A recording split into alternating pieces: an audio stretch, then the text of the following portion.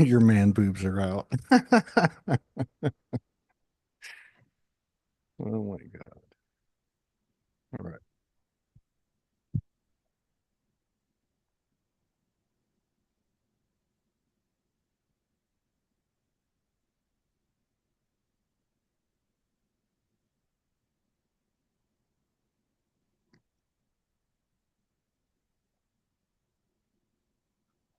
Okay.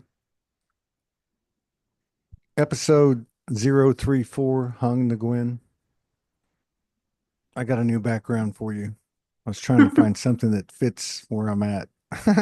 Ah, Like the birthing of something. I don't know. So don't what's know. going on? You hit me up. You said, "Hey, you want to do a live? What do you got on your Yeah. mind?" How are you? Let's start with that. I always know I'm in trouble with you when you answer a question with a question. Yes. Well, God, I can only go Screw, back to screw the small talk, eh? Let's just dive right into it. How are you? sometime last night. I've been going through this stuff. I sprained my ankle in a way I've never been injured before my whole life. And on my right side, my right foot. And then I had this thing break out. Like I got bitten or something happened here Yeah, and it it looked like you got in a spread. bar fight Yeah. And it the way that spread. your eye Yeah. was That's what it swollen. reminds me of. I had a few. My eye looked like that before, for sure, when I was younger. But so it's all on the right side of my body. But last night when I went to bed, because we went into town yesterday and Morgan was researching. She said, "Yeah, I think you need to try this medication." I'd been on these antibiotics, so I had all this medication in me, but that's the human part. And so I didn't feel good. And so about 4 o'clock in the morning, I think I woke up and I was pretty much in and out the whole time. And it was this whole dimensional experience. It was all these things. It was the physical part. The left side was great. The right side was in pain. It was just all this stuff coming in, all these memories and all this weird shit was happening. And then I woke up at 11:51. I had a show at 1. And I'm like, holy shit. And I was totally like just fucked, really. Yeah. Like I couldn't even, I walked next door, had a little, what I could eat, half a cup of coffee, came back and, and had a good show with Mary Costello. But I don't know. I don't know. I don't know what to say, really. I mean, there's something happening. I feel like I'm about halfway into it. I've watched Morgan for the last few weeks, maybe a couple of months, really going back to like December. And it's almost like she's coming out of it. Um, Yet, physically, we've got doctor visits, that kind of thing. But something's shifting. I can see it. And I feel like I'm in the middle of it. Like I started going into it as she started to come out of it, something like that. I don't know what that means. But yeah, it was brutal. It was brutal for several hours, probably, even though I was napping and sleeping, it was just brutal, physically, not mentally, not emotionally, but physically and I don't know, energetically. Feels big. I- uh, are we okay to talk about Morgan a little bit and what all the health stuff that she's going through? Is she okay to share a little bit about that? I don't know if she's in the audience. I think we should get her permission because I'm not going to speak for her. But I Oh, think Morgan, if you're watching, is it okay to share a little bit? I'm not going to go into the details. There obviously I only come on to the shows when I'm uh as I a have my cosmic ass. shit stir. Yeah, exactly. I have my ass handed to me and I can't avoid the conversation anymore. So Yeah. that it's kind of like a PSA where it's it's not a martyrship at all, at all.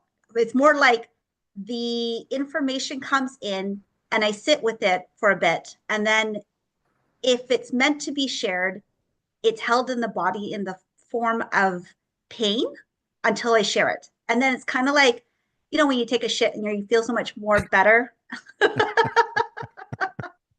And I've gotten accustomed because you can't hold that energy form in your body when it's gifted to you to be shared, right? So it's just like, and Chris is like, well, what do you have to talk to Todd about? I'm like, it's one of those I gotta open my mouth and whatever comes out comes out. And then Chris is like, "It's your normal like verbal diarrhea." I'm like, "Yeah, that's right. It's very on brand for me."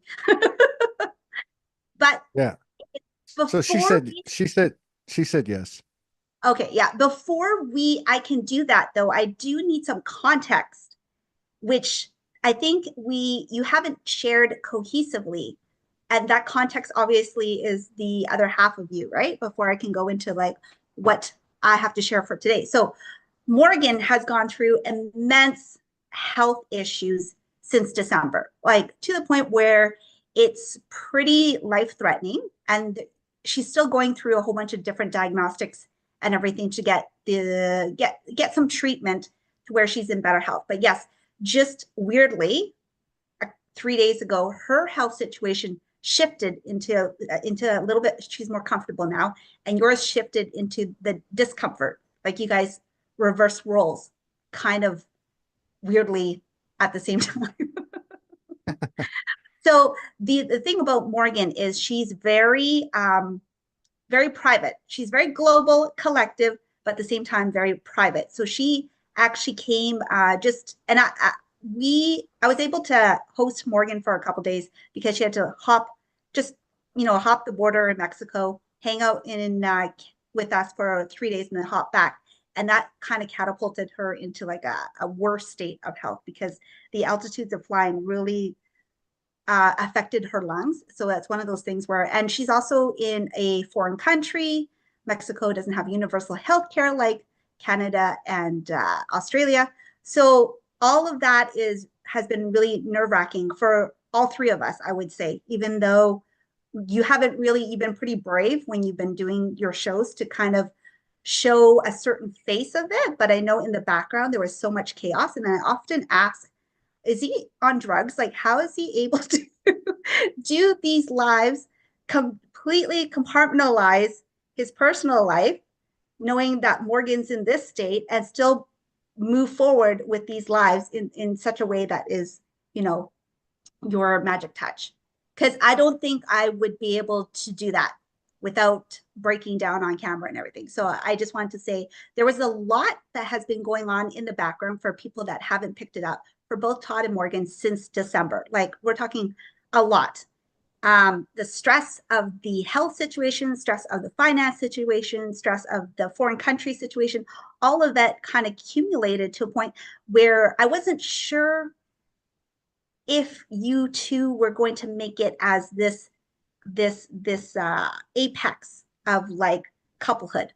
And I call it the apex not because you're above anybody, but because it's a very unique situation. And we talked about this a little bit when we were all together at Zero Avenue, where in it, using inappropriate humor to cope with the stressful situation, I said, I don't know if you two are supposed to share the same physical plane, and there are higher forces that are in action that are designed to take out this frequency of energies and anomaly. Do you remember that? Yeah, I remember. And then so your question was like, well, then how is this even in existence? Remember, you and Morgan were like, well, if we weren't supposed to be together, how is this possible? And then I explained to you guys, well, I don't know what it is, but you're cosmic cheaters. And I don't know what my role is, but sometimes I feel like I'm like the cosmic cheater parole officer, constantly checking in to make sure that, yes, there's a universal force that doesn't want you to be together, but there's also a universal force that wants to see this situation play out in its full creative expression, which is what it is. You two have signed up for a very contrasting creative expression of what this type of couplehood can look like. On the human side, it's very messy, like gloriously messy. On the higher self side, there is, and I think this community has evolved and matured and educated themselves enough that they pick up on this frequency where they're the I wouldn't say the mystery, but the mystery behind the coupling of you two and the ripple effect of that and the curation of that frequency is unique, like to the point where there are lots of eyes. People can feel it, but they can't really put it into words. There's not enough poetry, not enough memes out in the world that really can encapsulate what you two are trying to achieve at the higher level. You know what I mean? So yes, there's also this part where people are thinking, oh, this is the Disney fairy tale of the prince and the princess. And I'm like, yeah, no, nothing like that at all. It is nothing like that at all. This is a situation where two frequencies are so similar, occupying the same space, which in most universes of experience is not allowed to happen. So what happens is it creates like a warbling effect, portal effects, all of it.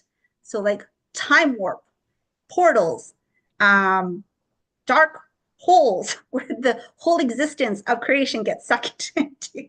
And you were allotted a grace. And I feel that's what it was. You were allotted a grace to try to figure out if this landscape has expanded enough in consciousness to allow this type of creation. I think that's where that grace period and honeymoon period of what you and Morgan were going through, it was beautiful. And then the bubble popped and it was like, holy hell, what is happening? Like everything was happening, coming at you guys at the same time, to the point where I'm like, oh man, this looks bad, like dangerously bad. I'm not even being funny about it because that's how bad it was. Situation. It Morgan flew back and she has collapsed lungs. We did not know this. We know this now through some diagnostics. And she has a, a blood disease that is not conducive to basically being able to do the basic human function of breathing properly and getting oxygen to all your organs. So she's experiencing multi-organ failure as well. And at that point where I didn't know if this is it, you know what I mean? Where we played the cards a bit too tight or we played the game a little bit too recklessly. I didn't know if you two honestly were going to make it. But something weird happened like last night. And I'll share my side and then you can share your side. So it's not like Hung monologuing her way through and as a, observer of you two. Um, but up until last night, no, 2 nights ago, I was a very, I would say, fierce protector of Morgan because she's the one that's going through health issues right now. So, of course, as her friend and also as a mother, I'm like checking in with her every single day and trying to create space for her where she doesn't have too much stress so she can just do the human thing of healing, right? Um, so I would say yes, if there was not that I'm choosing sides of what right or wrong or anything like that, but I was very pro Morgan. So, and I'm saying this because there's a couple disclaimers that I think I have to biases I have to say. So when the information lands, you can see kind of the depth of how the information is going to land. So my bias is I'm very pro Morgan right now. I feel absolutely horrible she's in this state because it's so stressful when you are not feeling well on the threshold of like, are you going to make it or not? And not having the support system in terms of medical treatment of getting you to a place where you can at least stabilize. Like she was just declining, right? So then, so last night, no, 2 nights ago, I had this dream, and I'm just going to call it the voice. And it's an indescript voice. I never dream about you two either. I know a lot of people probably think I'm obsessed with you two, but I'm not. You guys never enter my dream space. My personal life is actually doesn't have that much Todd and Morgan interaction. As much as you think it is. We just are very great friends. We support each other through all the highs and lows of this journey of Sology and all that. But in terms of like sleep space, personal space, you don't really occupy that big of a space. It's not like I put you guys on repeat in dream space, right? So the fact that I dreamt of both of you guys in a very specific setting was a significant dream for me to pay attention to. The second thing I should mention is I'm perimenopausal and I've been insomnia for like a year straight. So haven't had a lot of deep dreams enough to get to the point that I am dreaming. Like I'm a wreck and menace to society right now because my hormones are running amok and I can't like manage my emotions. So there's a lot going on here, right? So that's kind of like the placeholder of where I'm at. So the information is coming in. So this voice comes in. And the other thing, if you've been following us for a while, you'll know that I don't actually, I'm not a big fan of using gender labels like masculine and feminine. In fact, anytime I hear divine masculine, divine feminine, I have this like automatic vomit reaction that's hard to control. So in my world, there isn't that boundary. There isn't that separation for me. I just accept people, but I do understand and I do respect certain humans come into this life form playing very iconic roles. So I do respect that you and Morgan are playing that iconic role of I'm going to call it the battle of the sexes, because that's what it actually is. so, and I watch it not to more out of morbid curiosity because I can't understand it. So I'm trying to like learn. I'm a child of constantly learning. So observing you two, witnessing you two do this dance, it's fascinating to me. Now, not that I can add value to it, it's just like fascinating to me. So all of those disclaimers are going to be laid out in this dream space. There's an indescript voice that comes in and then asks you. And so we're sitting in a very specific arrangement. So right now in the dream, originally, if you're going like basically, Todd, you're at the front, Morgan's in the middle, and I'm at the back end. So we're like sandwiched. Morgan is actually in the middle. In the dream space, there's a voice that comes in and asks you specifically, Todd, do you know the term castling when you play chess? So I look at you and then you say, yes, I do know that term. And then the voice goes, Hung, do you know that term? I'm like, yes.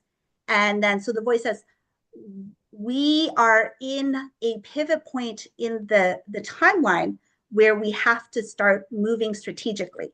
So then the voice comes out and says, okay, so Hung and Todd, you have to switch positions. You are no longer allowed to protect the queen. Like there's no opportunity in that statement to misread it. You're no longer allowed. It's not like, here's a suggestion, or may I interest you in this opportunity? It's straight up, you can't do that anymore, right? So it's just, and it was a very stern actualization of no longer allowed to protect the queen. And like, for me in the dream, I was questioning the voice as well. I'm like, the fuck does that mean? I can protect, you tell me what to do. I will protect whoever the hell I want, right? Like, who are you to sit there and tell me what I can and cannot do? No, if you continue to protect the queen, it is game over. And then so I'm sitting there like, in what way it's a game over? It's a game over. And I'm like, well, what is it that you're saying specifically? And then so the voice says, well, in castling, the king and the rook, it's a strategic move at the end of the game that you set up to the final moves. The rook, if you haven't played chess before, the rook it's a powerful piece, but also insignificant at the same time. Insignificantly powerful, but only if you don't pay attention to it. That's the rook move. If you don't pay attention to the rook, you're like a pawn, right? Easy to take out. If you pay attention to it, the rook moves in behind the shadows and then puts itself in position until it's time to do the final end move, or what we call like final boss fight.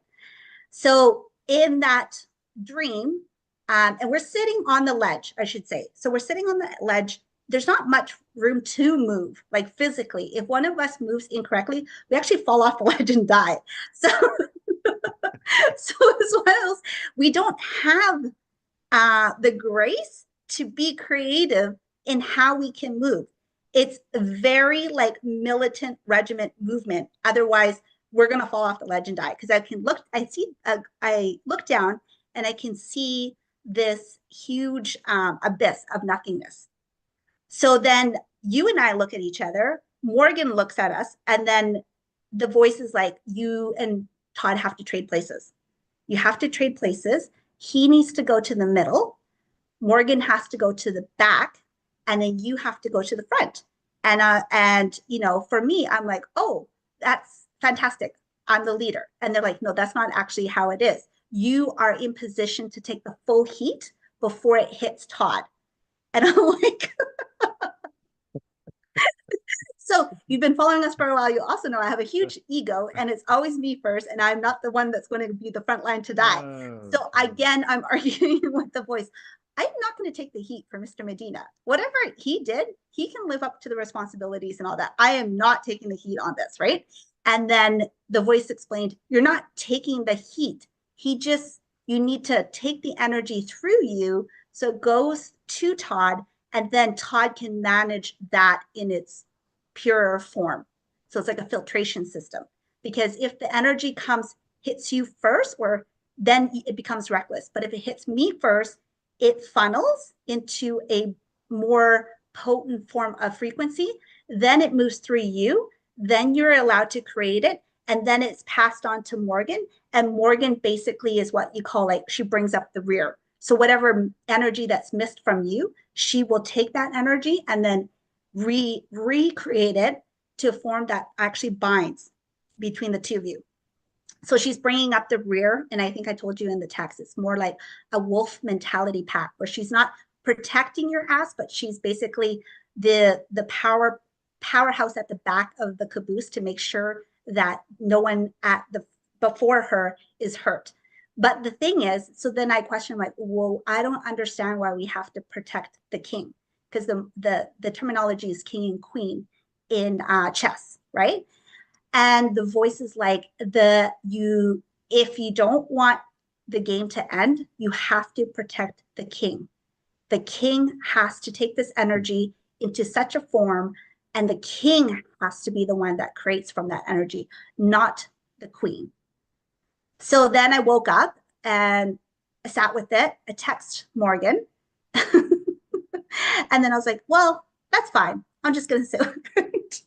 And then I went through so much pain last night where I couldn't sleep. I had like hip pain, I had womb pain, I had abdominal pain, so much pain. And that's when I kind of knew, okay, I kind of have to share this out. I'm not really understanding what the collective shift is, but I do understand like Morgan and yourself are key players in this iconic dance of female and male for sure.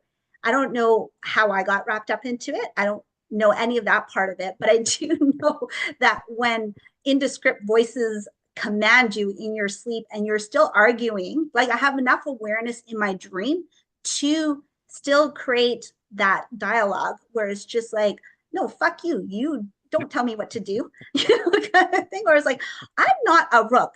If it was the chessboard, I am the king and the queen. You know what I mean? Like, it's like, don't you be calling me a rook? And just being mouthy through the entire consciousness of the dream space, and then coming back, and I'm like, oh, I'm not sure what's happening, but Morgan, and also, I mean, Morgan did a post about basically birthing a baby boy. And then I was kind of teasing her and saying, I wonder if somewhere around the world someone has birthed baby Jesus, like the Christed masculine child that's coming in. And that's why it's like that's where the queens, or what you would call the divine feminines, have now switched position in terms of not being the ones that's being protected, but have switched the position of being the protector so that this creation can be birthed.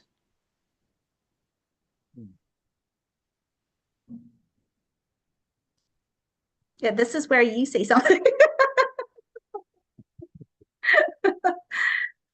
It's a lot. It's a no, lot. that was no, it was a lot, but it was yeah, it was yeah.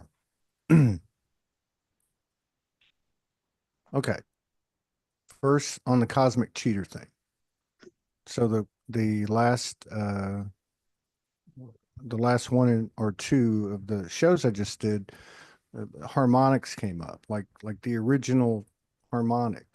You know, I saw it as like the mainstream, the core stream in a fountain. If you walk up to a fountain and there's this frequency, this ray that comes out from where you don't know, and then all the other ones come from it.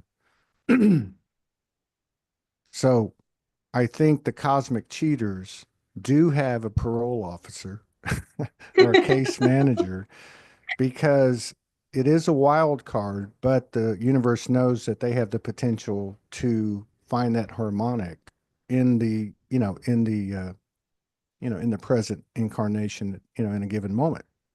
So that's my view on that. Um, I didn't know the depth of the chess story, but I played chess when I was younger. I played quite a bit, and if you do use the wolf pack thing, if you ever see a picture of a wolf pack and they're in a line, it's specifically, formulated based on their dynamics. But if you use just those three pieces with their movements or power on a chessboard, if you had the rook in front, it can move laterally east west and it can move north south, in great distance. The king can only move one space any direction, and the queen can move in a multi-dimensionality. So I can Yeah. see where from the rear, as this shift has allowed it to happen, maybe that's what's happened.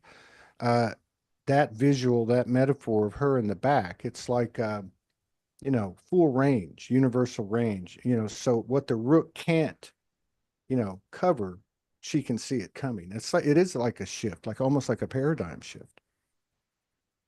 Um, that's a really powerful dream. I think there's a lot to it, and it could be examined for decades. Yeah, no, it's a bit crazy. And then what I'm finding is the templating. Okay, so templating of the Sophia or Rose lines has also come up for reexamination, I think. There's going to be and I noticed a lot of your guests, the last couple guests have been of that frequency. They are of that template and speaking quite strongly about it as well. So I find that very interesting because it's like you don't schedule anything intentionally. It just kind of unfolds the way it does. So when it's always interesting when you're watching the guests that come in and the information it's bringing in, it's always kind of a beacon of where the collective energy is. And I've seen like a couple strong, very high priestess templating coming in. The templating that's coming in is definitely looping the battle of the sexes for sure.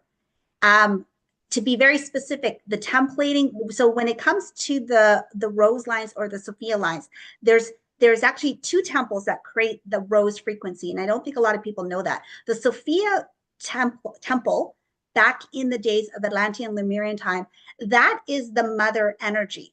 The Magdalene is actually the sexual energy of it. So there's actually two sects, and they were combined in a ritual that totally was going to bring this endless amount of power to Lemuria slash Atlantia, but it was not able to be stabilized, right? So that's where the distortion is. So what I'm finding really interesting is the temple of the sexual energy is coming up very strongly for review. And Sophia, like the mother part of it, is being dismantled before that, though. So there's two very powerful temples that are being dismantled. Hence, where Morgan, she's being the iconic queen, Morgan represents both temples, pretty balanced, right? As a mother in this human form, and also in the human form, experiencing her creational energies in the form of the womb and the uterus. She is being dismantled. Like literally, that poor woman is on the brink of death. Okay. So if anybody wants to help her out, send that woman some money because she needs like extra help when it comes to treatment. And it's her vitals that are being affected. We're not talking her wounds, it's her heart, it's her lungs. These are like really big parts of the organ of the human body that is being affected. So when what happens? You're innately when the temples start crumbling, you innately want to help those temples. In the dream, it's counterintuitive. It like the voice was very, you have to just let that temple fall. Basically, I can't pay attention to my dear friend Morgan. I have to switch my focus as a case manager to Todd Medina, who apparently is more important than Morgan right now. Even though Todd Medina's lungs are perfectly fine. It's just a swollen foot and some cosmetic stuff on his eyeball. You know what I mean? So it's just, it's very, for me, it's very conflicting to try to switch gears. But then at the same time, I've always been driven by like trust. When certain information comes in, I can't dissect it at the level of like rationalization that I usually go through, that I'm very comfortable with. I have to just suspend that and be like, okay, voice, I don't know who you are, but I'm just going to pretend, let Morgan basically sacrifice on the altar to die and hope the poor girl makes it. I'm going to focus on Todd now because I never met you, but that's the word. The switch of the temples crumbling, and then what is happening is actually a new templating is coming in, but it's at the grace and crumbling of the like the fertile soils that what here's a good analogy. When you take a shit, the shit is used to fertilize better fields, right? You have to dump that. All of that needs to be dumped. So that's what's happening. Those two temples of the high frequency of that priestess that is like creation in the womb energy, and then the mother energy, because you need one happens before the other. They don't happen concurrently. So you have to have that frequency, and then you become the mother frequency, and then the mother frequency is the one that sustains you further for more creativity. And then the cycle begins again. So in the dream, I was sitting there thinking about it last night while my own womb was like terrorizing me in pain. Those temples are crumbling to become the fertile ground of an entirely different set of temples that is going to be coming up for a creational frequency that is of male essence, that is not of siphoning quality. So tradition, like, you know what I mean? If you talked about the harmonics and the architects of the lineage of all of that, it is based on the imbalances between male and female. That's how the architecture was set up. But there would not be a battle of the sexes if the males had their own sustaining energy to pull from, and they didn't have to actually pull it from the females. So I suspect that's actually what's happening. And because you two play that role out, I trust Morgan will have enough like emotional fortitude to pull her through whatever she has to go through. And she has to go through it alone. That's the hardest part, I think, of all the females that are going through this. You have to do it alone. That collective support is going to be removed from you. You have to do this alone. So, and the reason why is everybody's form is focusing on the females, that you're not watching the shift that's happening on the male side, where the creational frequency is going to be, you're going to be able to sustain your own creative force without bringing it in from anybody else, which is that is, I would say, groundbreaking. Yeah. And connecting that back to what you said in the first part of it. Um, so, okay. So I guess what I'm getting is for me to contribute, um, is, through what you were talking about when you first started talking, and I guess I would summarize it like, the human experience with the multi-dimensional awareness, right?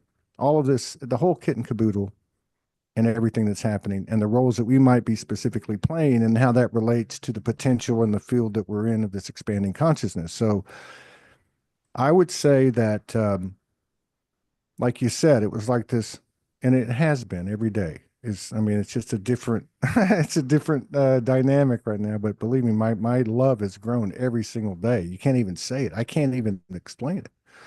But there was late December. I say like from the what is it? The winter solstice. After that, um, what she had been carrying, she made open enough, and then we started to go to, to the doctor, right? And stuff like that. Yeah. From that point,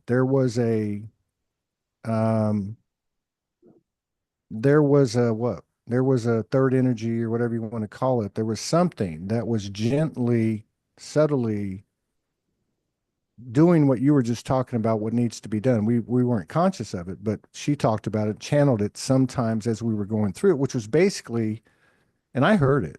Like even when she was going through it, I always go check on her. You need anything, this and that. But I kept hearing she needs to do this alone. Which, if she's doing it alone, what's he going to be doing? You know what I mean? So through this process, of all those human things that would come up, death, uh, all of it, right? Yeah. All these things. And I don't know, there was just like I say, a continuing, I don't know, because we talk, obviously, we connect every night in a session, but something was pervading that was almost like a winter and um, almost like dormancy, like a void kind of atmosphere, a slowdown to where everything just, like that. And I think that on the fourth of this month, I think it was last Tuesday, we went to like the second round. We got a third round, I guess you would say, maybe a fourth round to this doctor. And on that day, it was the biggest day ever. Like she connected with her mom in a way that was profound. We went on our day. It had highs and lows, and it was wild. It was a lot of energy. We had to go into town, into the big town, and come back. And then she connected with her daughter. I went to the beach for 2 hours. She was gonna go to sleep, but then I come back. She's been messaging her daughter, and it was profound for 2 hours. It was a huge amount of energy. And at that point, when she woke up the next day on Wednesday, regardless of any diagnosis, anything that, because there's still a lot to find out, whatever, energetically, I could see a change. And that really hasn't changed. Now, today she was a little tired, but energetically, you could still see that aura. And then at the same time, from that day, my stuff starts getting more intense. Yeah. And so what I would say is for me, and I've seen it in her because we talked about it a bit, but you can see it because it's mutual in within ourselves, which is basically I'm not, she's not just going through these things in the physicality. She is taking it on in full openness of the spiritual message or of the whole thing, right? Yeah. And I think that describes me too. There was more, it was a different kind of thing for me in the first half when it was really and still is very important, her situation, but I was fine. I was, trying to find my space to be that king or be that, uh, container, whatever the case was. But then it started to shift. But it made me realize in that first half that I was going through things multidimensionally. I was seeing things and knowing that I needed to do this by myself, but it got really loud since last week. Probably and I know what she has explained to me. Yeah, it's been very intense, but now it doesn't feel like it's over to me. It feels like It's not. That's why I picked this dragon because these are the colors I see within myself. But don't get this wrong. This is a baby. It just kind of like, hey, what's going on? But it feels like to me that, and I told her, I said, I feel like you're coming out of it. Uh, and I think in good graces she will. But and I said, I think I'm just getting into it. And I don't know what that means collectively, but um, yeah, we still got a ways to go. Don't we have two eclipses and an equinox and a bunch of That's other weird. I shit? don't have to pay attention to any of that. I people tell me they're like, oh, it's the solstice or it's a full moon, and I'm like, well, that explains a lot. Like I don't really use that as a reference point for my experiences, but sometimes I'll use it to validate extra level weirdness, right? So uh, it is going to be, I think, the visualization of the three of us sitting on a ledge where we can't actually maneuver our bodies to move, or else we would fall off the ledge, is one of those situations where that is where the mental health of everybody is sitting at collectively. We are on that edge. There is a, if you are ballsy enough or dumb enough to look down like I did, you will see absolutely nothing. There's no like nothing that's going to kill you per se, but you just see an abyss of nothingness, which means absolutely nothing. There's nothing to fear of an abyss. Nothing will eat you per se, but it could, and nothing will cause pain or harm, but it also is not good. Like you don't see, sunshine, rainbows, and smiling eyes. But it's one of those things where it's just that's where the collective energy is. We are on a ledge and we're asked to do a strategic move without falling off the ledge and counterintuitive strategic move. And the irony of this landed yet last night, which is International Women's Day too. So it's one of those things where it's just like, yes, of course I am going to be pro female. It seems to be like a no brainer for a female born human to be pro female. You see all your sisters in oppression, in situations where they are small, their light is diminished, they are held in oppression. So for me, I've always been a big advocator, not because I go out and just say, hey, I hate men, not in that sense. I'm an advocator in the sense that I don't actually have that limitation on myself. I never have. When I'm the firstborn of a Vietnamese family, and firstborns were supposed to be male. So my dad was very disappointed in me, to the point that he didn't even show up for his, like, my birthing. He hid for 4 months before he can actually reconcile that his firstborn was a female, because he felt like such a failure as a male. So so so that was my origin story. I'm supposed to be born a male, yet I'm a female. But that never limited me in anything I did in my life. I never viewed the filter through a lens of I'm a female, so I'm oppressed. I just viewed the lens through that I guess it wasn't good enough. I need to work better. I have to be stronger. You know what I mean? Like it wasn't viewed through gender at all. So it's as a mother also, you have a very strong innate quality of protecting the people that you love or the things that you love. That's hard to kick. That's like so when you are told to let go of this pillar that you basically define your identity with, I would say 50% of your identity, and then you're asked to let go of the other pillar, which is you are not allowed to protect the females. You are not allowed to protect the mothers. You need to let go. That is like next level mind fuck. You know what I mean? You're like, what weird time warp have I just entered? And you have to, it really is a very strong one. But then there's this gentleness behind it, where when the message was delivered, it wasn't like, if you do this, if you don't listen to us, you will die kind of thing. Like it's not that sense of like militant direction. It was like, if you really want to win this game, which is the collective really wants to level up to the next level of creation, this is the strategic move you must do, and based on trust. No clue if it's going to work. No clue if it's even worthy of it, but it's based on this, like, just trust, just trust that Morgan will, whatever happens to Morgan on the back of it, you can't keep your focus on her. You have to shift your focus as the rook and position Todd in the middle. So because you're fully eclipsed, I can't even see Morgan when we repositioned you. I just know she's back there somewhere. And I just have to trust that she will be okay and she will pop out when she needs to. But you are direct, like your giant head with all your hair blocks the entire view behind. Like in the dream, I'm like kind of trying to figure out where's my other friend. You know what I mean? And then all I hear is just you have to focus on protecting the king. There's no time. That time is over.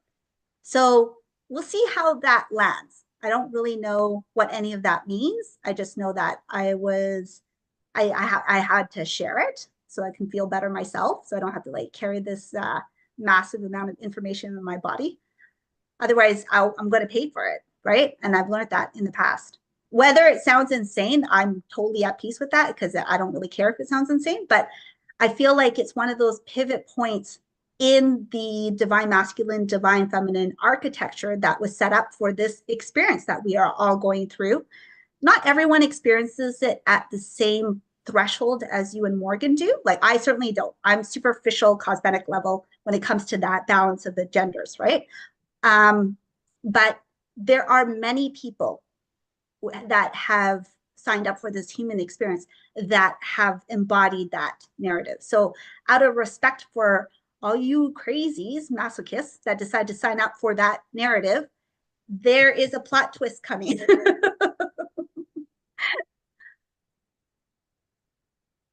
Okay. Okay. Let me just say one thing. Morgan just, is that Morgan? Yeah. Answer this after I say what I'm going to say. Hung, what are we protecting the king from and for? Okay. Or maybe what I was going to say is kind of speaks to this. But let me say this. Okay. So, first of all, on the 20th of January, things happened over the previous 6 or 7 days. The ball started rolling, treatments, this and that, but whatever. Went on the flight over there for a weekend, came back. When she landed, there was an episode. And that's the core of what needs to be determined, right? Yeah. Okay. I think I said it within the first day or so, and I was there, and it was a yeah, it was the game changer, right? That you were talking about. Something flipped or whatever. Okay. So I saw like the first 3 days. I mean, she was in the bed the whole time, massive sweats, like wetting the sheets. Like, I mean, through sweating and just all kinds of other things, but of that intensity, right? And there was this, I know for me, there was this thing, like you said, trusting, like just holding the space, just keep checking it. And like I knew she was on it, but I couldn't identify with what I could just see it. But I said some point early on, I feel like you're being reset to the bone, right? To the biological bone, to the human body, from all the way up to all the way down. Boom. Now, does that mean, like you said, does that mean you know what's going to happen, this or that? What's the story going to be? No, but I feel like there's something to that because I do believe she's and those like her are tapped in to that which they are. So it is in their body. They feel it first. Okay. So having said that, right? I feel like there was a reset. Now, the thing going back to the dream and the chess pieces and the metaphorics of it all, um, and her being in the back. I can't see her. You can't see her. We're headed forward, but that energy's there and we can feel it. We know what it is, right? So Mhm. to me, it almost it's worth considering that the shift occurred to where, like, say the higher knowing or the soul stepped in a new math and a new formation that's more original or the original or whatever the case is. So in other words, what does that mean? That the human woman consciousness, which had been in the middle, right? And being protected by the constructs of the construct. So not the divine masculine, let's just say, Mhm. but the man, the soldier, and the Yeah. rook as well. And then, as I always said, she will speak when she feels safe. That's nature. Mother's only going to do so. I like maybe the shift has occurred. Maybe the shift has occurred in that basic formation of the triad. And so the idea that, okay, he's in the middle now, well, it means two things. One, from the human perspective, which to me would be harder to understand, but from the other perspective, knowing that she has the universal power. So we're going to go out and create, she's got our back. So as she stepped into her power, as they say, all these years, maybe that's occurred. Maybe at the physicality through things like she's going through and others, I'm sure, because I've heard a few things. Maybe this is happening. Maybe the reset is taking a atomic, a cellular, a molecular change throughout the whole physicality of the body, because the body is, hologram or not, the soul. Okay, so, or at least potentially, I mean, we don't know where this ends. But yeah, I think there's something to that. Um, I can't really speak to the masculine part of it, but to say that um, um, I would say like the heart space has exploded open, and I thought everything was cool with me physically, and then I got a wake up call, and I thought it'd be over in a couple of days, but no. And so I'm now, like I told her a couple of days ago, I feel like I'm not even at halftime for me. And there's a coincidence or you know, something that happened to us when we went to Kauai. We had a couple of weeks there. Then we went to this hotel. We were going to have a honeymoon because we were staying with people and all that. And so the first night we jumped into the hot tub. I just told this story. Like at 10:30, we jump into the hot tub. She sees a sign that says that the hot tub and the pool close at 10. So Morgan, we had to get out.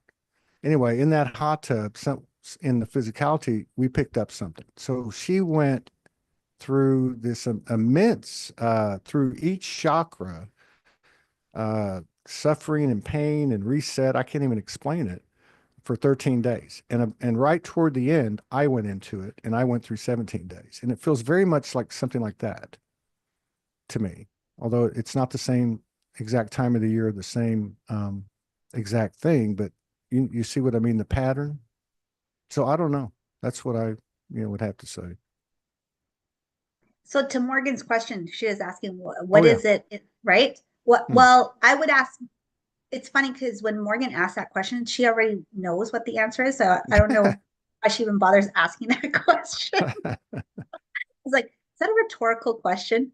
Um, so I'll let her answer it through the comments because I know she already knows why the position switched.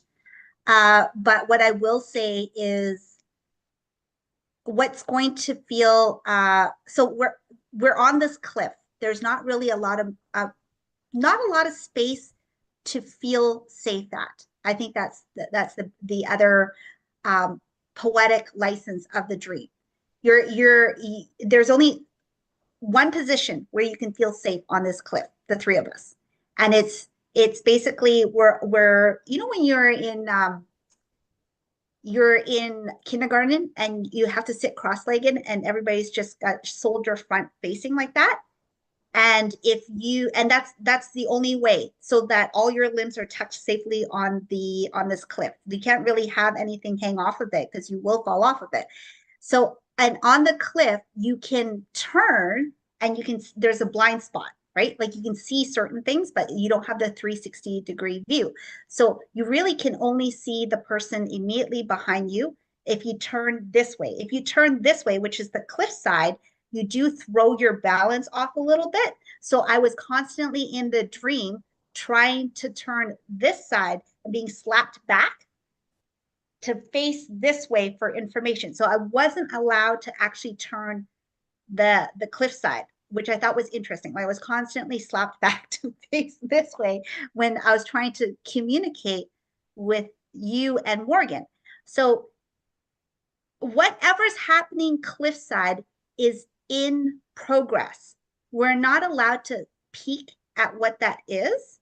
That creation is cliffside, is what I'm saying. I'm saying what we know on this side, which is the safe side, every time I turn back, just so you know, the landscape's very boring. There's like nothing interesting happening on this side, which I think is a great metaphor for the energetic climate right now as well. There is drama and there is global political chaos, but nothing that you're just like, oh, I really want to engage with that reality. There's nothing on this side.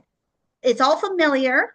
You know everything on this side, but nothing that really wants to engage you. I am constantly, I would say the three of us are constantly turning cliffside, seeking a different experience and constantly slapping back.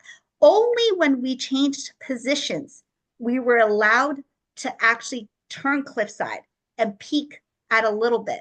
And when we peaked, we can see this valley of paradise below. But it's only like it's very because the clouds are there and it's kind of hazy, but you can feel paradise cliffside. But only that was only allowed when we switched positions, when I basically submitted to the voice, because there was quite a bit of a fight where I didn't want to do it. I'm like, no, I don't want to do this. Who cares? Let Todd die. That's fine. Let him fry. Or I'm like, no, I'm not taking one for the team or whatever it is, or whatever argument that I put up. It was I couldn't see anything on cliffside. I was constantly like pushed back to face the mountainside. So when we changed position though, that's where the view got a lot bigger, a lot more vibrant, a lot more exciting. So then it was kind of like, okay, I could play this position. If this is the end game, then I'm happy to play this position because I was motivated. Why we have to protect you? I think the biggest thing is because the next level of creation, the females have always held the power of creation in the womb. Males have never had that. They always had to use the vessel of a female to basically manifest the true creation of life, right? So I think what's coming down the line for the masculines is that you will have that power of creation within yourself. During that period of vulnerability, that's where we have to protect you. So you're still in process. So I think that's what's happening. And I don't know if Morgan wrote anything. Does she? But I think that's what it feels like to me. It feels like we switch She positions. she said you explain it so succinctly, so basically she's not going to answer. Well, that's not fun. Um, yeah, I mean that the whole chess thing is such a if I the more I sink into it and listen to you what you're saying and take it back to that because on the chessboard the queen is the most powerful force and the Yes, rooks like you describe. he has the most moves. Yeah, Yeah, most flexible she's moves. Yeah, universal. She can go any direction, diagonally, laterally. But there's no and limits the for her. rooks, right? And the rooks are the corners. They're like almost like the like masculine functioning posts, pillars on the. They hold the perimeter. That's where they start on each side. Um, and then the king, of course, is basically a pawn that can move backwards. I mean, the king has really got no power. Um, It's true. and then False so when they power. told you, seriously, so when The they king has told false you, power. Yes, huh? the king has false power. Yeah. Well, but that's what I'm saying. Did the human consciousness make a leap here? So I said it the one way about her stepping into her power, but in the the realignment or the return or whatever to this space after all, after having these experiences, all these incarnations, whatever, is the reality of how it works. So she is universal in movement, and she produced she produced him, right? If Yep. he's not there, there is no expansion. And yet Yes. we've been in this distortion where he thinks he has to go out and make the expansion. You know what I mean? Like through the whole the constructs of it all. But now, so maybe this shift is taken. So first she comes into this embodiment in the physicality. It takes on a fuller and fuller consciousness, and this is where we'll start to see what you're describing. I've never heard that. And I feel like I've been pretty creative, and I feel like I've had some connection to my to feminine energy, but obviously it's been a long evolution. I'm still working on it, but I get what you're saying. What you're talking about, something different altogether. Like the Yeah. actually containing the womb. And Yes. you know what I Not, mean? Like, yeah, whatever that looks like. There's going to be an opportunity where that creational power is actually seated, also seated. So it's not like one is taken away and then seated in the males and it's switched. It's what happens to the chess game when the king can move in all directions exactly like the queen.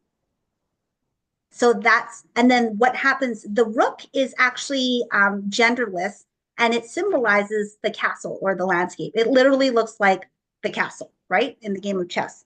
So what the rook movement is, if this is what I think it is, where it's just like the king is now going to be in a state where you can move just like the queen without asking permission from the queen, because that's how it's usually played on the chess, is like the queen goes around and does all these moves and to protect the king, to make sure that the kings can stay comfortably in his kingdom.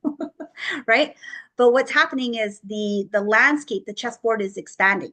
So the chessboard expands, and the last move is this strategic move where it's based on trust, where it's just like everything that's counterintuitive to me genetically as who I am and I'm asked to do, it is mind boggling. Like you couldn't ask somebody like a man hater or like anybody else but me.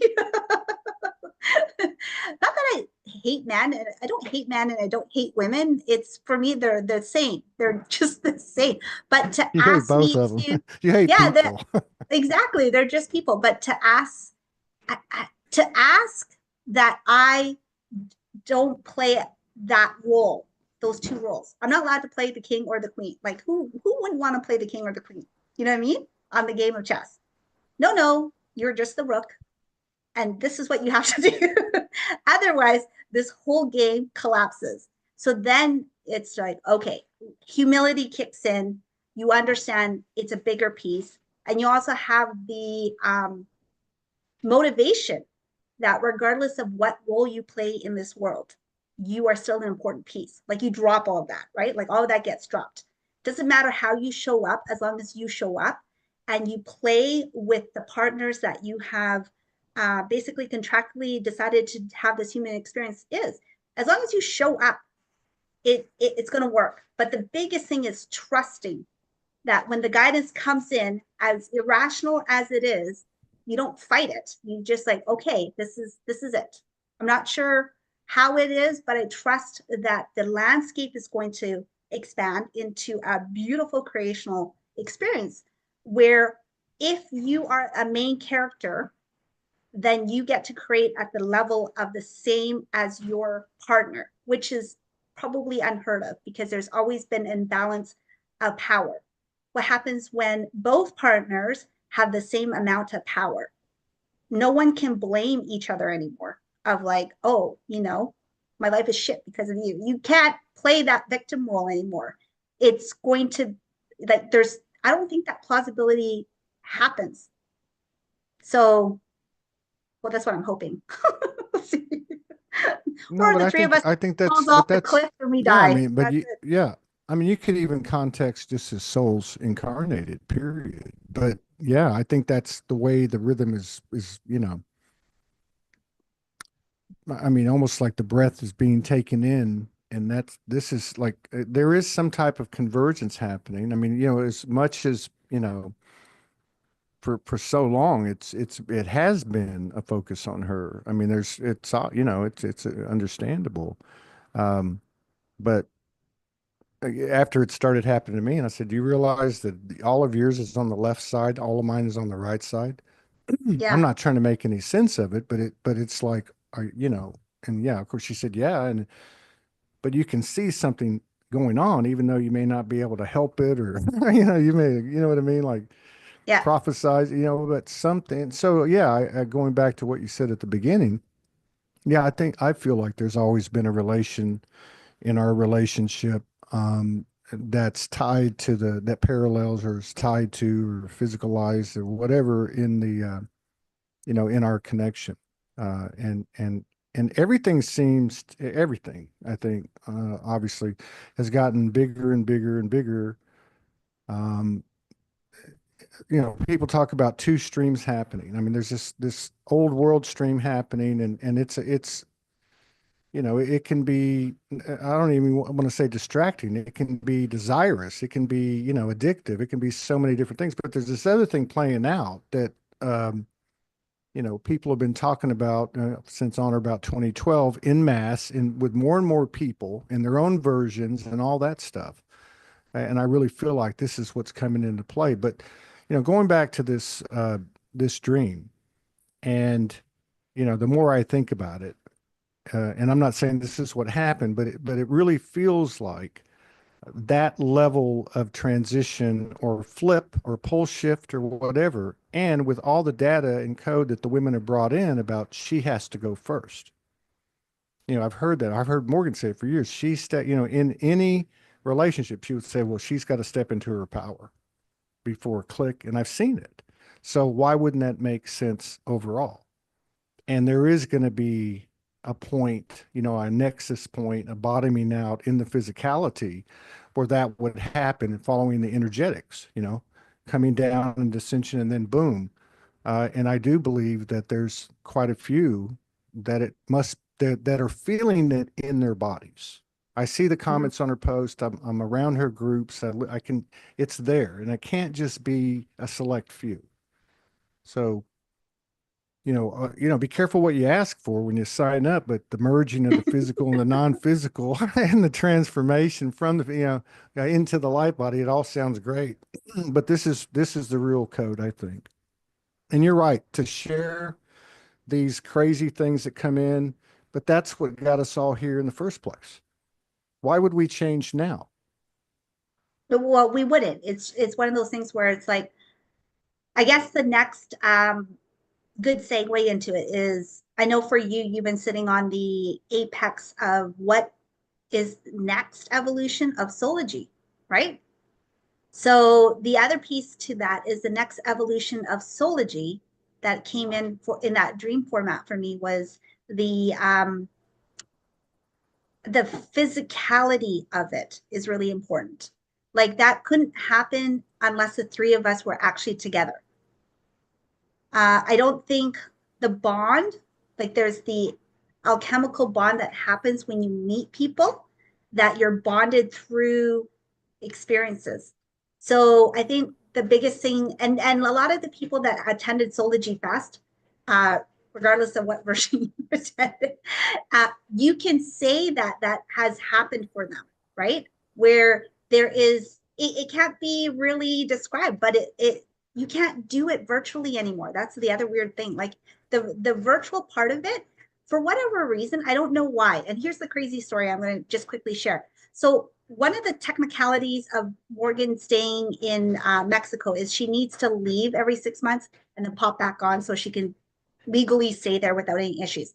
So she, even though she was really ill, like she really, I was wondering if it was even safe for her to fly. She had to actually leave the border and then come back. And so we threw out a couple different countries that were close by that would be good for her. But in the end, for whatever reason, she landed in Canada. So Canada, pretty short flight, but not like, and direct flights as well. So it like, 3 hours is not too bad in the air. Was it 3 or 5? I can't remember.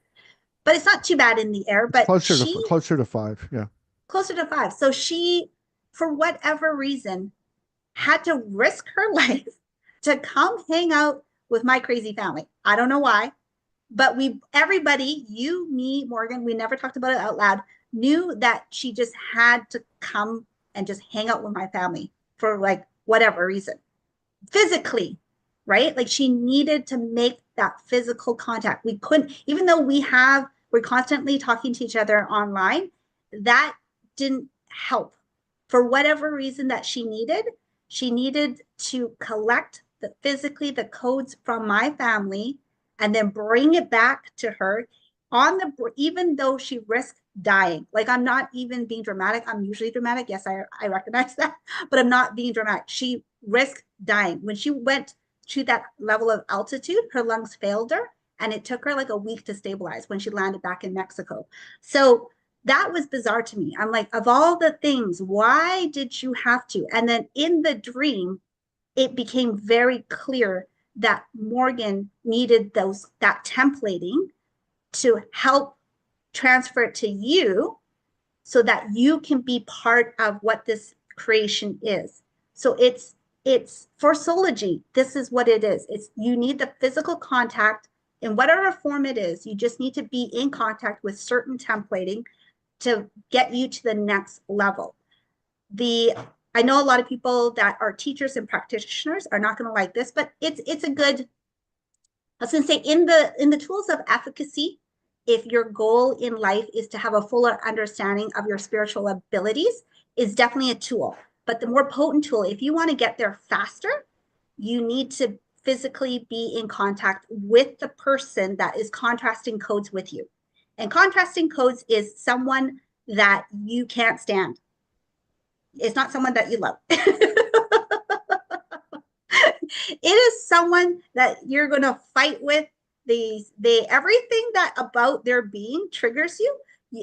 It's that person that needs to be directly across from you for you to expand, whether you like it or not. You're going to go through hell through that expansion. That is part of growth. You're just going to have to be at peace with the pain and all that.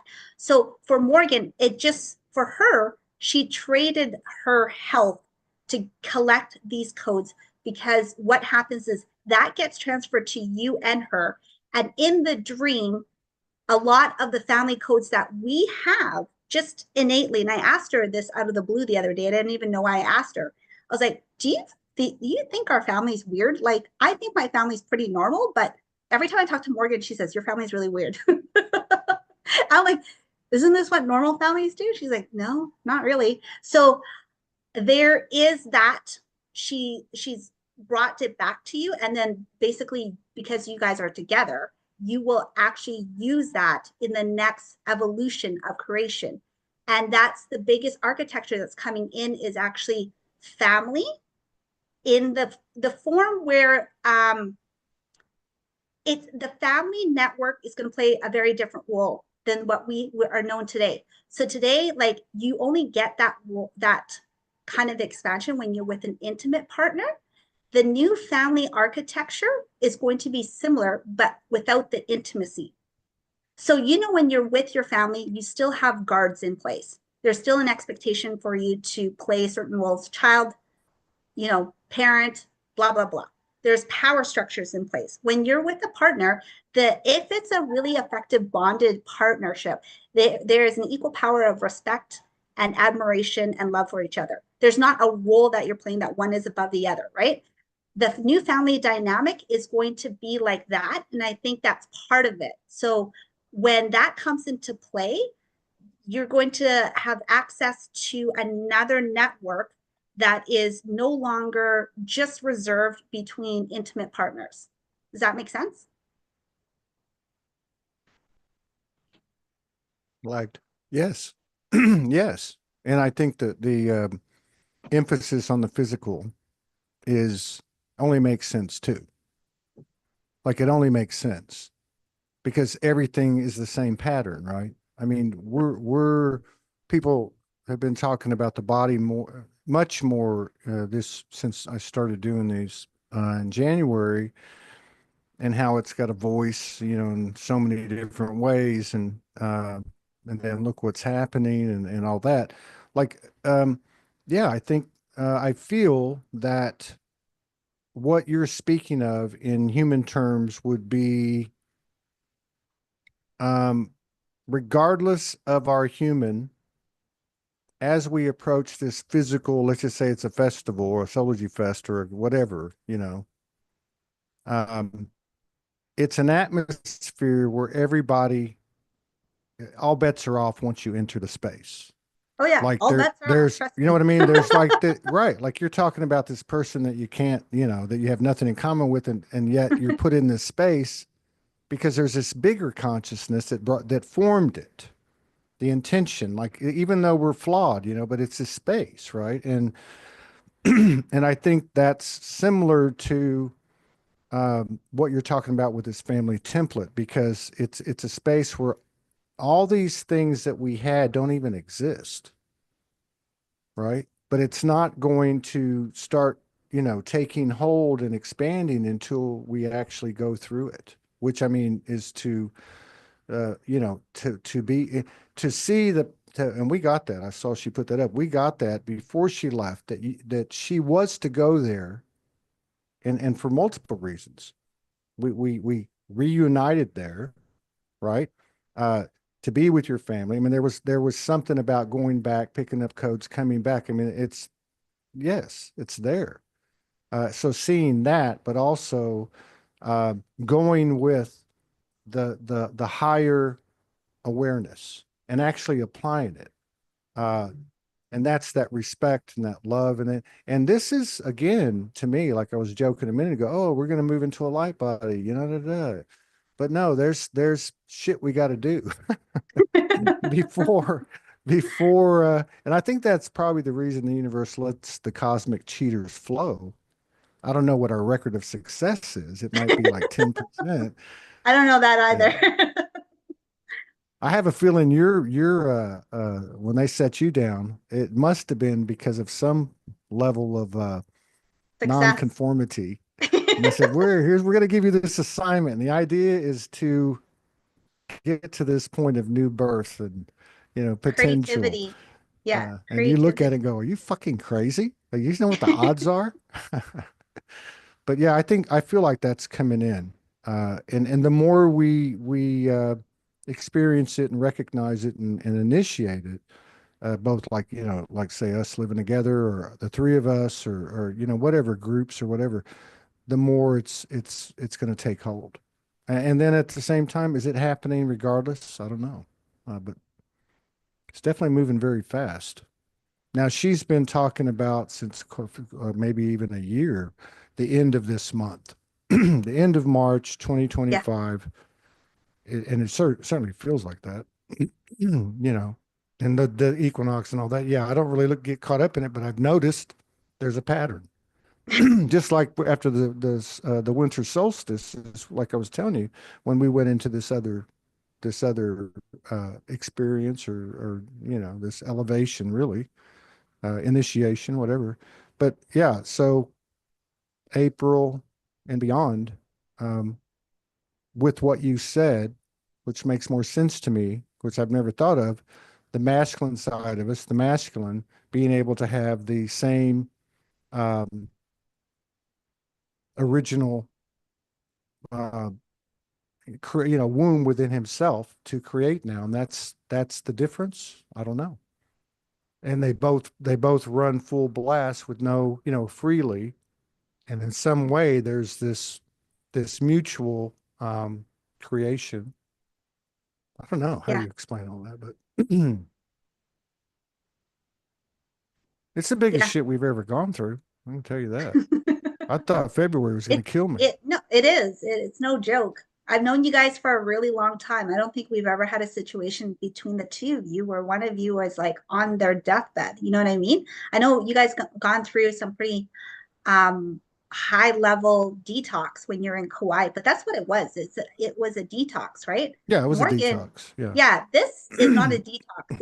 This is like next level where you're every day you're like, oh, are you going to be okay? You know what I mean? Like it's a pretty dangerous fine line that's happening for that female form right now. And there's so many women that are going through the same levels of symptoms as Morgan too, right? Including myself. Like but I've always, I'm moving into like just a phase where the physicality is like perimenopausal. Yes, the stamp of multi-system failure. But Morgan's not. She's past that. She's like past the menopause phase, right? So I'm in the zone of chaos just organically. So I feel like my experience is a little bit different than the collective. It's just like specifically here's the physiology of this body form. It hit like 40 and then shit hit the fan. And then it got to the point of last year where I had so much stress, it went straight into like all the systems basically dying because of lack of hormones. But for you two, I think if we're able to speak about the switch, then we can prevent you being on the edge of life and death. I think that's one of the other reasons I had to share it because I didn't understand what was happening to Morgan. But now that I understand it a little bit and I realize that instead of enabling or prolonging her pain, I need to just trust that she's going to be okay and not focus on it. So I think as soon as I switch that, she will be okay by virtue of that. You know what I mean? And then the focus is on this templating of the new masculine, and it's his own creational abilities that's going to be embedded in his own physical form, where he no longer needs permission, because it really is, you need permission. And that's why women are raped, but you really do need consent of the women form to bring in true creation of life, right? So it'll be interesting when this form comes in, and who knows, maybe that's when the obliteration of gender goes. Like you don't have a male female because they're just forms, human forms with full into whatever you want, kind of smorgasbord. You know what I mean? Yeah. Yeah, yeah, I can see where, in the physical that could definitely happen. I think that's a far way off. And I'm more focused on what's happening now. But I don't know. I mean, there's so many ways to look at it. Um, there really is. But the whole thing about like what you just said about in regard to her, regardless of how that came in or whatever, you're letting go. I mean, we are in a quantum thought reality, period. And I don't know that we are fully understand that, but we certainly have come to grips with the possibility or reality that our thoughts ultimately, one way or the other, create what's going on. And then we're waking up to that. Oh my God, that's, the loops and, the choices that we come into our awareness to make that are new, that change things. But it's colossal in both its magnitude, like that cliff. Because every time you said the cliff, I'm like, oh my God, how the hell are we going to get up there? Uh, but also in the potential, like, but yeah, it's been quite an experience. I didn't expect to talk about all this, but I think there is a tremendous amount of code in it, and it's a good show. Yeah. Yeah, just need to sit on it. It'll be interesting to see how things pan out. But I think the acknowledgement that the temples of the female form are crumbling, and we need to let that go. Uh, the more you fight it, obviously, like anything else in life, the more suffering you're going to have. And uh, one of the things I tell with Morgan, I'm constantly checking in with her, obviously, but and I'm like, I don't understand because Morgan, she will fight, and then she hits a wall, and then she just gives up, and it drives me insane. Like she hits up, she calls it peace, and I'm like, no, you quitter, get back up. So, and I'm like, how are you okay with just dying? This is a serious conversation, but she's thinking about like she's not really like quitting on life or anything like that. But it was in that moment I realized I was like, oh, you know what? She got there faster than me, where she was ready to let go. I wasn't, I was the one that was resisting. So as her friend, I was the one that was prolonging her suffering. So my apologies. Where I was trying to push her to fight. You know what I mean? But she got to the point of letting go, and I misread that cue as a quitter when it in her world, her piece is letting go. She's okay with dying. So if I had let her, if I wasn't such a good friend and I didn't care that much about her and I was more detached, I think she would have got better about 2 weeks ago when I was like being mean to her about it. She would have got, but then it got to a point where the script flipped, and then I kind of understood it a little bit more, and then I was like, okay, so the interesting when I flipped it, then she got better. because I was talking to her. She's like, yeah, about 3 days ago. So at 3 days ago, I'm like, well, I wonder what would happen if I don't check in, you know? If I just, am I at peace? Maybe it is time for her to go. I just need to be at peace with that. And then when I dropped it, I found the timing was like all of a sudden she was having better days. So that was interesting as well.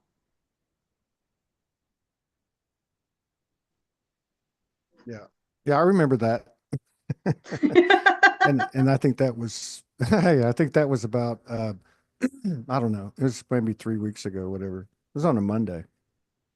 And I sent you a nice note, and that was my human reaction. But I sent one to both y'all right after. After like within 24 hours as things played out. Because the thing was, I knew what happened when it happened. Now, my human was a little bit off kilter, but I went into my space and, whatever, and chop wood, carry water. But I said within 24 hours, I sent on a group message and I said, it's the energy, you know, like I just, and that I had let it go. I was like, boom, like I see what's happening. I don't fully understand it, but like you said about the physical thing, sometimes we've got to, and sometimes it comes out smooth and sometimes it, whatever, and everyone understands, but it has to, that's the igniter, right? I mean, it's still working together. Um, and look, we're still here. We're still here. But I Yes. think what you said about she got there first, I mean, this is the level of awareness that we're coming into is through these things, right? And so, I mean, you're talking about, like, say, in my personal experience, as the witnesser, as the partner, uh, yes, yeah, absolutely. In fact, I was going through this a couple of nights ago. I haven't slept for 2 nights, listening to her breathe. And I was sure she was tired. I'm sure it was traditional snoring, but I was like, oh my God. And I was just laying there going, so from that part of it to, what if she's got to go back, um, and get treatment in Australia, uh, you know, after the separation we've had, and going through all of that. And I have to say again, as I'm looking back at this whole experience since, let's say, late December solstice, um, a part of me knows that we've both been taking it on, and she's talked about this even in her channels and stuff. It's like we have to do it alone. In some way, we're doing it side by side, but everything that we were experiencing, like you were kind of saying, yeah, let it go. Well, if everyone let it go, I'm going to get through this, work this out. We're going to meet in the same place, kind of thing. Um, but yeah, it's been a powerful time, and I feel like it's something funny happened to my body today, though. I will say this, and which kind of makes sense with you coming in at this time unexpectedly. So all my pain is, all my whatever is on the right side of my body, and I haven't had any issues with my back. Like over the last few months, my whole back, which had been not you know almost like a bamboo shoot in the lower vertebrae, has popped all the way down into my tailbone. Right, like it's done.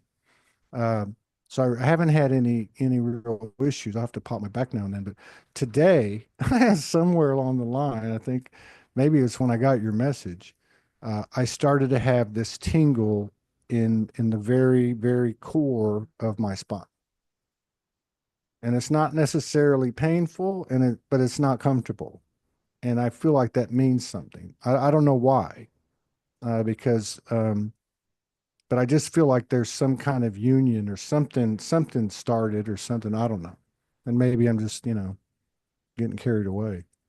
That you're gonna say, I have this pain in the ass that just started. No, that's basically it. Like, yeah, that's probably That's basically it. All right. okay. Everything good for you? Um, I mean, I just feel, I yeah, good is not a frequent word that I like to use anymore. Manageable, I think is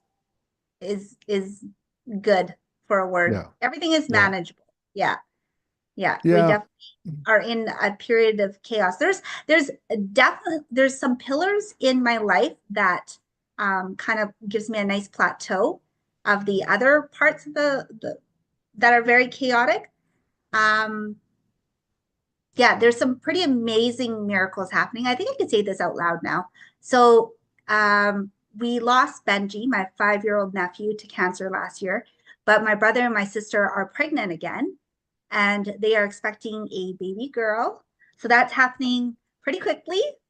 So, and she's past the scary phase, I guess, of pregnancy where you're not really sure. So that's exciting. So we're kind of waiting for her arrival because she's announced her arrival before my brother and my sister even realized they wanted to have another baby. So she came in pretty strong for me, probably 2 days after Benji passed, but I kept it to myself, obviously. And then I did AI capture her in September before they knew what the baby's sex was. And I shared it with just a very tight group, just basically Morgan and my sister. I didn't even tell my brother. And then when my brother revealed that the baby was a girl, we were like, okay. So that's very exciting. So we're looking forward to that. Um, but she's not a bringer of peace either. So I'm bearing down for that storm. Let's just put that. You kind of know, like I'm also uh, of that frequency. So you kind of recognize when another powerful force is coming in, like right at your doorstep. So, and I don't think my brother and my sister-in-law understand what's going to be happening when she comes in, because she's going to come in quite a full force. And I would be, yeah, so it's a bit interesting because Benji passed away on Father's Day, and baby girl, she is expected on Mother's Day. So again, it's that scripting of the patriarchal and the matriarchal power is in play in our family dynamic as well. It's a little bit different in on our side, because it's not about the sexual union of the masculine and the feminine. It's actually the power within the house, which is what the dragon symbolizes, right? It's the power within the house, and does the power where's the power part seated at? Dragons don't have gender either. Dragons can definitely play the mother role if they choose to. They can also destroy everything if they choose to, which people would say, okay, that's the father role, right? Destruction and creation. They do it in one breath. So for her coming in on the cusp of what is perceived as destruction, because she was born only because of this situation with Benji passing. They were not going to have any other children. They were done. And my sister and brother have 2 boys. So because she's coming in and is of the opposite sex, and this is the first time where I can feel a child come in with full energy force. So in the family, usually it presents itself after the child is born, and then the dragon energy shows up in different development of the child's life. So, for example, Ty, his dragon didn't show up until he was about 6 months. Um, Kaya does not have one. She's my daughter. My niece Zoe, I saw her dragon come in again around the 2 month mark, but I have not had the experience of having a child's dragon show up before either of them were even in creation. You know what I mean? So that's pretty crazy. And so that dragon force that is accompanying her is also of multiple elements. Usually we deal with one dragon and one element that's in force. So you would have a dragon that's very prolific and very astute in mastering one element. This one comes in with multiples. I'm not really sure what that multiple is, but this one comes in with multiples, which is this is a new thing for our family lineage as well. We have not had a dragon that has multiple elements coming in. So the timing of all of that is, I don't know, like, how do you even explain that? It's like insane. It's wild. That whole narrative arc. And I said I wasn't going to share it until it actually happens, but it's been so strong that you know what I mean? It's hard not to. So Yeah, she's going to be a force when she comes in. It I might sounds have like to I might have to move. it's it sounds like she's going to affect everybody in her environment, but she also sounds like a kindred spirit who obviously carries your attributes and characteristics. And She doesn't though. That's the thing. I think no, that's what no, not at all. She is powerful but very unlike me. I don't know how to explain it. Just but she's not it's not it's like I recognize the dragon energies, but I don't recognize her template at all. Like at all. There are so many archetypes where I'm like, okay, this one that's coming in, I don't recognize it. Maybe because it's she still hasn't revealed it or it's still in development, but her power is very different from mine. Very different. Um, and very different from my dad. I would say from our family, it's me, it's my dad, and then it's me right now. Very different from my dad as well. Yeah, it's just but it's not subtle. It's weird. It's like a poetry of juxtapositions. It's not subtle, but it's not strong, but it's powerful, but it's very fluid, but very structured. But it's wildly new, but it's ancient. You know what I mean? Like it's, just saying it out loud, I'm like, the hell am I saying? It's all of it. It's a very full spectrum that is coming in. And I think that's probably why I sensed her before she was even like created, because it was such a full spectrum of everything. Like it's yeah, it'll be interesting. This one. wow. Yeah, that's amazing. And then just knowing the backstory, like if you look at the backstory, I'm talking about what I know about you and the experience and the things that you chose to do as you put your energy into it, your love into it, the force of that energetically. Like, what are we coming into? That part of the connection, like with her, with baby girl, coming in the way it did, like did the experience create that? I mean, I don't know. It's and I've heard over the years more and more these children, obviously informed, but are certainly talking to their mothers, from the womb before they come. I mean, this technology, uh, I don't know. But yeah, there's a lot of code in what you just shared with us. I mean, it's full of it. Um, really is. Thank you. Yeah. I think we're good. We can end on that note. Yeah. I'm worn out.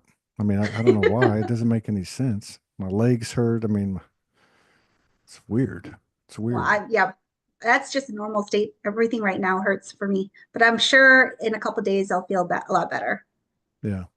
Yeah. Yeah. All right. I can't wait till the next time. Yes. It was great. Thank you. Thank you.